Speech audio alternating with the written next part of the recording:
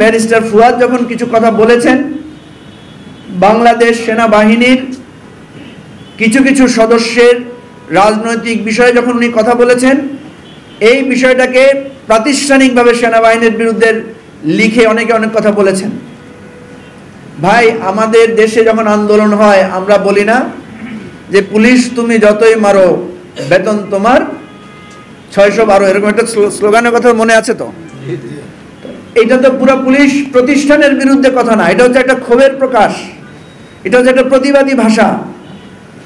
আপনারা জানেন যে জেনজিরা যখন আন্দোলন করেছিল তখন পুলিশের বিরুদ্ধে অনেক কথা বলেছিল, কিন্তু সেটা ছিল স্বৈরাচারী ফ্যাসিবাদী হাসিনার পুলিশ বাহিনীর বিরুদ্ধে।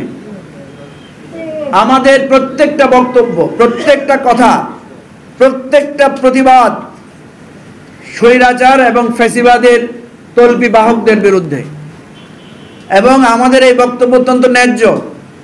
আমরা মনে করি প্রত্যেকটা ইনস্টিটিউশন, আজকে যে পুলিশ প্রাতিষ্ঠানিকভাবে ধ্বংসপ্রাপ্ত, ক্ষতিগ্রস্ত হয়েছে, এটা নিশ্চয়ই বাংলাদেশ পুলিশের জন্য সঠিক হয় নাই, ভালো হয় নাই। সুতরাং রাজনৈতিক লোকেরা যখন কোনো প্রতিবাদ করে, রাজনৈতিক লোকেরা যখন কোনো কথা বলে, তখন সেটা ধ্বংসের জন্য, উস্কানির জন্য বলে না, সেটা একটা দায়িত্ববোধের জন্য বলে, সতর্কতার জন্য বলে। সেজন্য আমি আজকে এখানে স্পষ্ট করে বলতে চাই, আমাদের বক্তব্য, আমাদের ভূমিকা, আমাদের রাজনৈতিক যে বিশ্লেষণ, প্রত্যেকটাই হচ্ছে আমাদের দেশের কল্যাণের জন্য, এবং এগুলো যদি মানুষ মেনে চলে, প্রতিষ্ঠানগুলো মেনে চলে, তাহলে সেটা আমাদের জন্য বৃহত্তর কল্যাণ ডেকে আনবে। আমরা দৃঢ়ভাবে বিশ্বাস করি বাংলাদেশ যে জায়গায় আছে, এই জায়গায় কেউ এককভাবে বাংলাদেশকে তুলে একটা সঠিক ডাইরেকশনে নিতে পারবে না। এটা ডক্টর ইউনূস একা পারবে না, উপদেষ্টারা একা পারবে না। কোনো জরুরি অবস্থা জারি করেও দেশের এই পরিস্থিতিকে সঠিক পথে আনা সম্ভব নয়। আমি একজন রাজনৈতিক কর্মী হিসাবে সর্বপ্রথম জরুরি অবস্থা জারির জন্য প্রধান উপদেষ্টাকে বলেছিলাম যে দেশের যে পরিস্থিতি, প্রত্যেকটা অন্তর্বর্তীকালীন সরকার, আপনারা জানেন কেয়ারটেকার সরকার যখন ক্ষমতায় আসে, প্রাথমিকভাবে সে একটা জরুরি অবস্থার মতো পরিস্থিতি দিয়ে দেশে আইন শৃঙ্খলা পরিস্থিতি নিয়ন্ত্রণে আনে। আমি প্রফেসর ডক্টর ইউনূসকে পরামর্শ দিয়েছিলাম যে স্যার, আপনি এরকম একটা ভূমিকা নেন প্রথমে 3 মাস বা 6 মাসের জন্য। উনি হেসে বলেছেন যে তুমি আমাকে এত কঠোর হওয়ার কথা বলছো, আমি তো এত কঠোর কখনো হতে পারবো না। প্রিয় বন্ধুগণ, হয়তো professor doctor Yunus was right. তিনি হয়তো চাচ্ছেন এই দেশটাকে যে অস্থিরতার মধ্যে আছে, উনি কিন্তু ঠান্ডায় একটা ক্রমধারা অবলম্বন করছেন। আপনারা দেখেছেন দেশের রাজনৈতিক পরিস্থিতি আস্তে আস্তে একটা স্বাভাবিক পর্যায়ে আসছে। এই রমজানে অনেক উত্তেজনা হওয়ার কথা ছিল, দ্রব্যমূল্য নিয়ে রাজপথে বিক্ষোভ হওয়ার কথা ছিল, লোডশেডিং নিয়ে মানুষের ক্ষোভ হওয়ার কথা ছিল, সেটা হয় নাই। আমাদের বিমানের টিকিট, বিদেশে যেতে যে জুলুম ছিল, সেটাকে উনি অনেক কমিয়ে এনেছেন।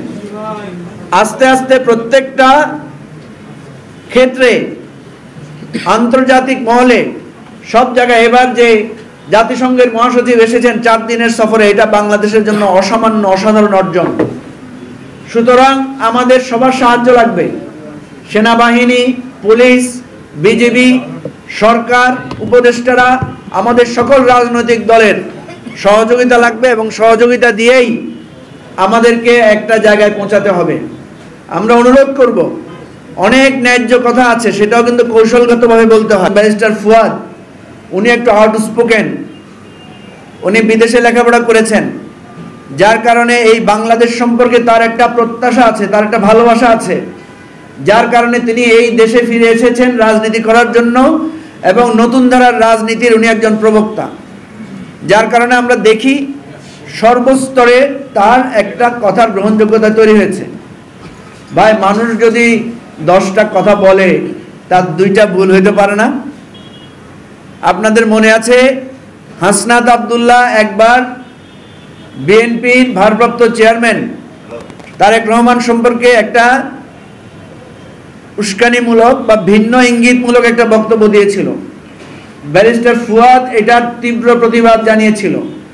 জানানোর পর আমরা দেখলাম যে বিএনপির সর্বস্তরে ব্যারিস্টার ফুয়াদকে সবাই খুব পছন্দ করা শুরু করলেন, সবাই খুব তাকে উৎসাহ দিলেন। পরে আবার আমরা দেখলাম যখন ব্যারিস্টার ফুয়াদ একদিন বিএনপির একটা মিটিংয়ে বিএনপির নেতাদের উদ্দেশ্য করে বলেছেন যে এখনই যদি আপনারা চাঁদাবাজ, সন্ত্রাসীদেরকে, দখলবাজদেরকে নিয়ন্ত্রণ করতে না পারেন তাহলে ক্ষমতায় গেলে কিভাবে নিয়ন্ত্রণ করবেন। এই কথার কারণে ব্যারিস্টার ফুয়াদের বিরুদ্ধে এক শ্রেণীর বিএনপি সমর্থক, উগ্র সমর্থক, একটা পক্ষ, একটা গ্রুপ, সবাই না, ব্যাপকভাবে তার বিরুদ্ধে আবার ক্ষোভ প্রকাশ করা শুরু করলেন। তো এই জায়গায় আমরা দেখি, আমরা যখন আমাদের কোনো কথা যখন কারো পছন্দ হয় তখন আমরা বাহবা পাই, যখন কারো একটু পছন্দ হয় না তখন সাথে সাথে তাকে একেবারে শত্রু বানিয়ে ফেলার একটা মনোভাব আছে।